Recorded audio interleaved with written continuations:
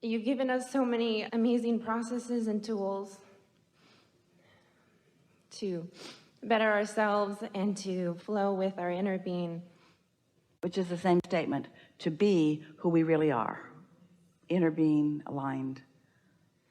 Yes, absolutely. Because this bettering of yourself isn't something that stays forever. It either is or it isn't in the moment, depending upon what your thoughts are. But what you're talking about is developing better and better of habits to hold yourself more consistently in that power. That's what you're talking about. It's like practicing the muscle. Yes. So why don't I want to work out? And what I mean by that is I have so much resistance to use these tools and these processes, even though I have seen the wonderful things that it has brought to my life when I am consistent and I don't have that discipline. Let us make this simpler for you, because you're not alone in that, because it's a lot to digest. And what we're really asking you to do is to take everything that you've lived and now just do it a little differently.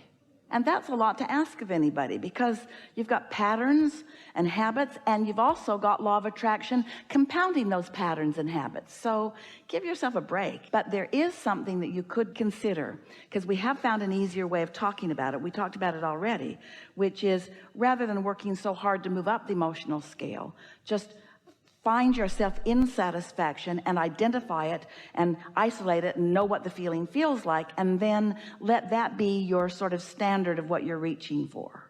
When you catch things in those early stages, then law of attraction does all the work. If you feel a little satisfaction, and just because you do, we'll demonstrate this with you here in a minute, then the law of attraction is responding to this resistance-free vibration. And when the law of attraction is responding to a resistance-free vibration, it gains momentum quickly, and then you feel the inspiration to move in the direction of it.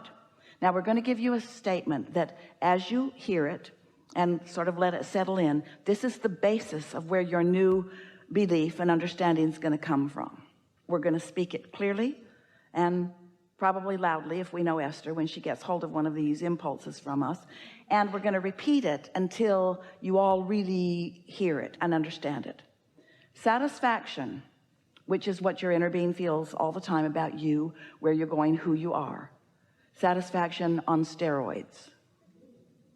Satisfaction comes from one place and one place only, and that is moving in the direction of who you really are. Moving in the direction of your desire. That's the only place it comes from. So what happens is you live in a world that has tried to motivate you to behavior about things that you don't feel satisfied about. Your parents want you to do what they want you to do, not what would satisfy you. Your employers want you to do what they need you to do, not necessarily what would be satisfying to you in the moment. And so you're having a rebellion inside of yourself, because most of you are sort of tired of pushing against your own flow. Does that make sense to you? Think about the difference in the way you feel on a morning that you're waking up to go on vacation or to go fishing or to go do something really fun, and the way you feel when you're waking up to go to work. And it's because the vacation is calling you, and when you point in the direction of that, there's no resistance. And so you're so clever, you're so fun, you're really on point, you remember what you need to bring, you think of clever things, you're working with others, the universe cooperates with you. But it sometimes doesn't feel that way when you're doing something that you really don't want to do. So here's our message to you: never do anything you don't want to do. Because first of all, you're setting a bad example for the rest of the world. You're teaching people that they can control you by whining and complaining and demanding things of you. Demonstrate to yourself that you are someone who wants to be inspired, not motivated. So you got to stop trying to motivate yourself. You don't like it when people try to boss you around. When somebody tells you that you need to do something, you don't want to do it. People who know you know that you're stubborn that way. And so this is the same thing. You got to understand that about yourself. You can't demand of yourself. You can't motivate yourself. You've got to let yourself be inspired, which means you got to understand these important things. You've got to understand that it's not just you with you, that You have an inner being, you, that is really this powerful, dominant, strongest part of you. And that inner being knows everything that you've asked for and is focused upon everything that you've asked for in a way that those cooperative components are already being gathered to that. You got to understand that there is a vibrational reality. We want so much for you to accept the realness of this that we named it the vortex, wrote 2 books about it. We want you to understand that this vibrational reality, which is the furthest expansion that you have accomplished vibrationally along with your inner being, it's vivid and it's real. It's not imaginary, although we want you to seek the image of it. It is a real vibration, and it is calling you. And when you move in the direction of it, because you're not doing the opposite, because you're not doing that thing that holds you away from it, maybe because you meditated and so your mind is clear, maybe because you've been making a list of positive aspects so you're in tune with it, maybe because you're just in love with life right now. Doesn't matter what the reason is. But when you have no resistance, you will receive that inspiration that will call you forward, and you'll never again say, how can I make myself do something? As you listen to us, oh, we've got so many great ideas. We're so sure of ourselves. Esther stands here and expresses the clarity of what we have to say. And to most of you, or to most anyone who's looking at this for the first time, this just looks like somebody who really believes what they say and has some pretty good ideas, and it's just another opinion that might work, might not work. We get how there are so many voices in the world that are encouraging you in different ways to do different things. But this we know for sure. If you will accept that you are an extension of source energy, and you will accept that your source energy is aware of you and is calling you, and you will decide that you're going to meditate to allow yourself access to that. And so you do it. Maybe it takes a week or 2 or 3 before you really feel that you've allowed yourself that connection. And then an impulse occurs to you, an impulse. And by that we mean something that just feels good. For Esther, it's like, oh, I think I'll move the furniture around. And then she meets all kinds of people that day that were really meaningful to her. Or, oh, I think I'll stop over there and get gas. And then she meets something really significant. These are not blockbuster ideas usually. It's an idea about something that just feels good to you. But if it feels like a good idea, follow it. And then as it unfolds into something, as these thoughts are turning to things, you will have first-hand understanding about what alignment with source translates into your life, and you will trust your guidance. And then you will begin to say, I'm going to prime the pump by making sure that I'm satisfied as much as I can. And then I'm going to let the law of attraction and my vortex call it. And here's why. Step 1 is you're in contrast, and life tells you what you don't want and what you do want. So you've launched all these rockets and you've got this magnificent request. Source energy is all over all of that. In other words, your inner being is answering everything that you've asked for. Your inner being is all over it. When you ask, it is given. We're not kidding. Someone should write a book about that. So it's done. Step 3 is you meditate and get into the receiving mode. And step 4 is you've just done that so well that you've isolated what satisfaction feels like, and you don't have any question about it.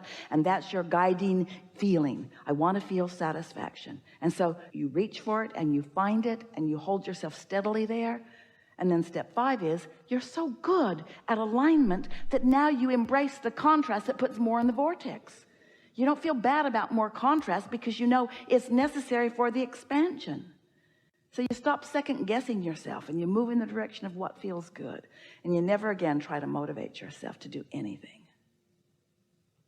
Thank you. May I ask one more question? Did you get that one?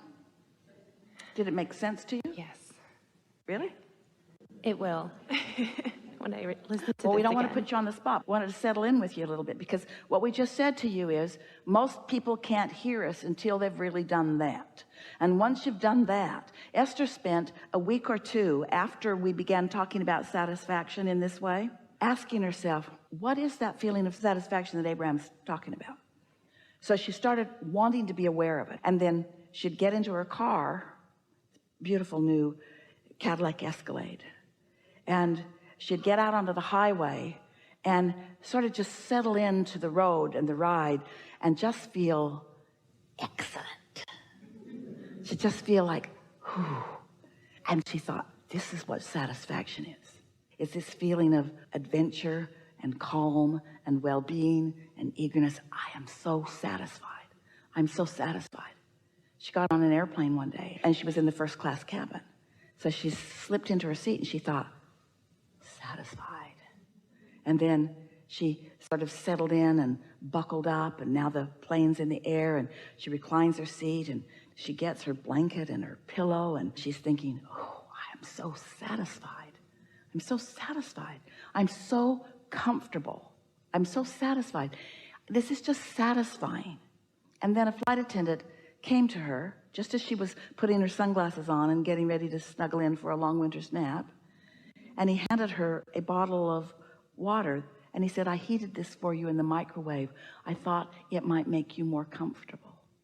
And Esther thought, wow.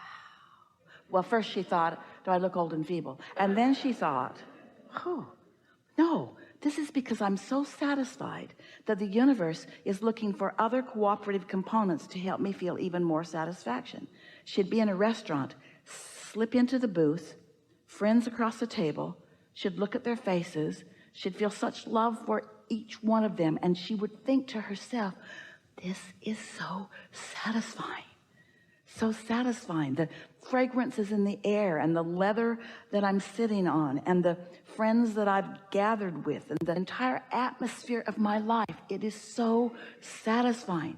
And there are plenty of times to do that, but until you start doing it, identifying it, isolating it, milking it, finding the vibrational frequency of it, now you know what you're tuning to. You see what we're getting at? So then you're satisfied, satisfied, satisfied, satisfied, satisfied. And when something's off, you feel that it's off, and you don't let it get off until you establish such a substantial, chronic pattern of connection to source, to the path of least resistance, that then only cooperative components to who you really are and what you really want can come to you. And then other people look at you and they say, it's not fair. Good stuff comes to you, and mostly only good stuff comes to you, and the rest of us are out here, and you know why. It's not some crapshoot. It's not some law of averages. It's not some game of chance or luck. It's not some karmic game where you're being cursed or somebody's doing a voodoo on you. You're in complete control. And what is the control? Right here. Satisfied or not satisfied. Before I push my car down the hill, I come to my senses and I find my alignment. And when that's what you do, next time we see you, you'll say, hi, Abraham, I don't do anything I don't want to do, but there's so many things I want to do. Having such a good time. All right, now we'll hear you. That was good, by the way.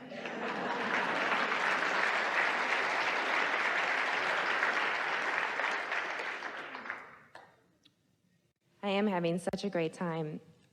I swear I am. I want to elaborate on that with you and how that process works when you're co-creating with someone. I'm about to get married to the person that I feel like is the co-creator that I want for the rest of my life. We agree. Thank you. That's what that feeling of love is. That's you and your inner being in complete agreement on the subject at hand. Thank you. Yes, it's a great feeling. This is my third marriage. Yeah, that's good. Because that contrast built a vortex for you. Yes. And the cooperative components gathered, and you have the understanding of knowing. That's why you were thanking us. Your guidance system is letting you know that what you know is what you know. You got it right this time. You didn't get it wrong the other times, but the other times led to this.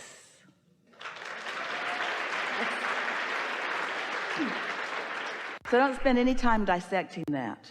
Okay, I think that's it. Yeah, I think you just answered everything. Yeah. You know what just happened? You can feel that where you were going was not under the influence of this. And now that you're under the influence of that, all of that is irrelevant. Exactly. Thank you so much.